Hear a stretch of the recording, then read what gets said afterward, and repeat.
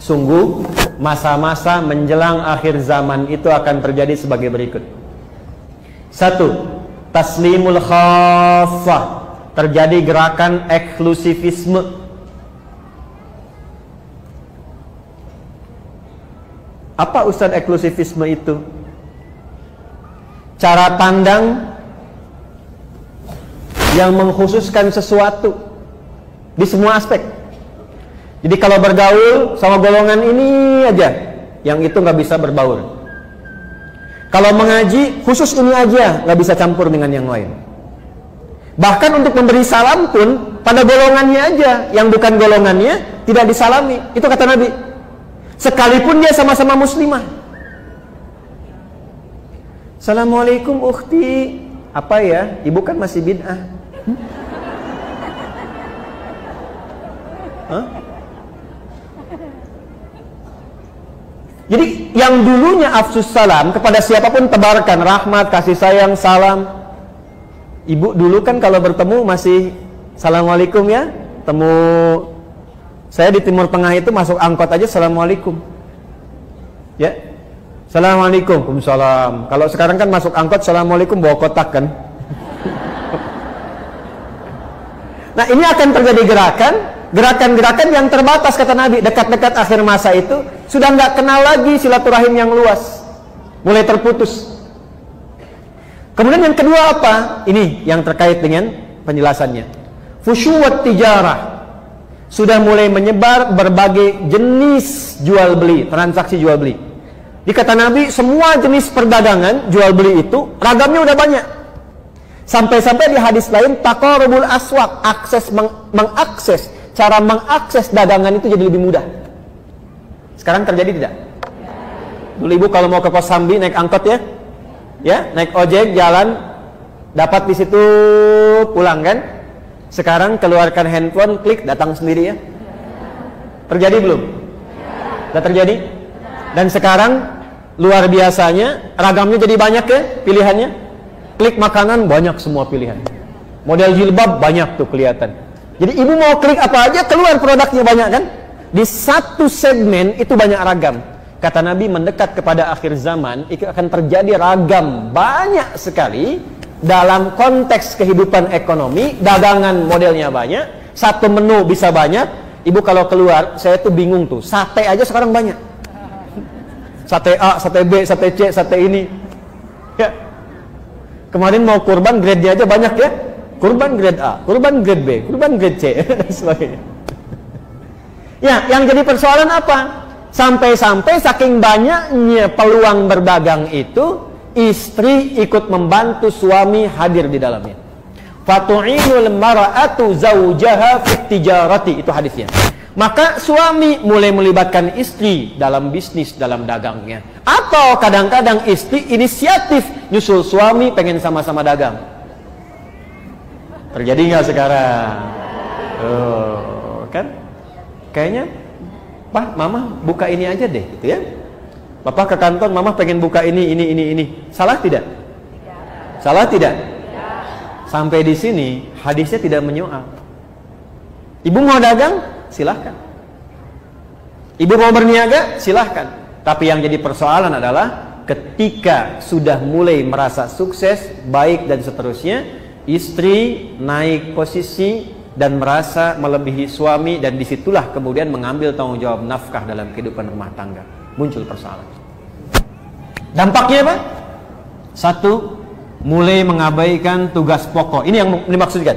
Akan terjadi masa menjelang kiamat saat perempuan ikut kepada aktivitasnya laki-laki. Maka yang terjadi apa? 1, pokok fitrahnya mulai berubah. Bu masih ingat tadi penciptaan dengan laki-laki sama sempurna tidak? Sama. Walaupun sama-sama sempurna, ada bagian yang beda tidak? Baik, laki-laki punya rahim tidak? Tidak. Perempuan? Walaupun sama-sama wajah, laki-laki perempuan dah kelihatan beda atau sama? Beda. Saya kalau ngelihat Kang Ugi, oh ini udah pasti laki-laki, nggak mungkin perempuan, ya kan? Jadi kalau ibu keluar, udah pasti laki-laki nih, perempuan nih, kan? Baik, maka nanti kata Nabi akan ada tuntutan-tuntutan. dari kejadian-kejadian menjelang akhir zaman yang memaksa perempuan ingin terlibat seperti laki-laki sehingga dia merubah tampilan-tampilan dirinya. Minimal, ibu pakaian laki-laki dengan perempuan sama tidak? Akan muncul perempuan yang ingin bergaya seperti laki-laki. Pakaian. Laki-laki wajib menutup aurat? Laki-laki wajib menutup aurat? Perempuan wajib menutup aurat? Menutup aurat sama-sama. Laki-laki sama, perempuan sama. Tapi yang ditutup dan cara menutup kan beda. Jelas? Akan terjadi perempuan mengenakan pakaian perempuan tapi ingin seperti laki-laki. Ada sekarang? Ada sekarang? Bahkan beberapa tempat dibuat seragamnya sama kayak laki-laki kan? Yang paling menarik, boleh jadi sama-sama berjilbab tapi auratnya masih tampak. Jelas? Maka hati-hati. Kalau sudah masuk ke situasi itu, pertahankan Bu ini healingnya. Jangan berpaling. Sebab ketika diikuti itu, berpaling dari ketentuan Allah, yang terjadi nanti akan marak apa? Karena pakaian sudah berubah. Awas, hati-hati. Aurat yang ditutup terbuka.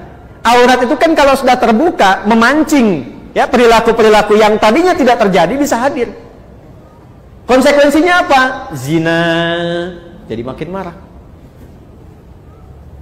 Zina. Tuh. Jadi makin marah. Makanya ibu sering baca kan tanda-tanda menjelang mendekat ke kiamat banyak zina tersebar kan? Nah, pengantarnya itu dari situ awalnya. Laki-lakinya begini, perempuannya ikut berpaling. Tidak dilarang kalau ingin beraktivitas, ikut bekerja misalnya, atau menyalurkan hobi. Tapi ketika merubah tampilan fitrah, itu yang jadi persoalan. Maka coba perhatikan. Kalau berdandan, berpakaian dan sebagainya, jaga. Jangan sampai terlibat pada suasana yang sempat di-warning oleh Nabi SAW. Jelas sampai sini? Model. Ini saya bicara dalam konteks iman ya, dalam konteks umat Islam ya.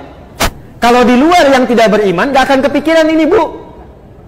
Gak akan kepikiran. Makanya kalau ibu ke barat, di Amerika, di Eropa, kan, agama itu dianggapnya biasa seperti budaya. Makanya nggak ada pikiran tentang agama. Jadi bagi mereka karena nggak belajar tentang nilai agama seperti kita yang pelajari dalam konteks keislaman, mau pakaian apa saja silahkan, yang penting terhormat dalam budayanya. Jadi mau kelihatan auratnya juga bagi mereka yang penting terhormat dalam budaya mereka. Ya, mau pakai pakaian minimalis juga dalam budaya mereka karena nggak ada konsep ini. Bagi insan beriman, perempuan yang beriman, cara pandangnya berbeda.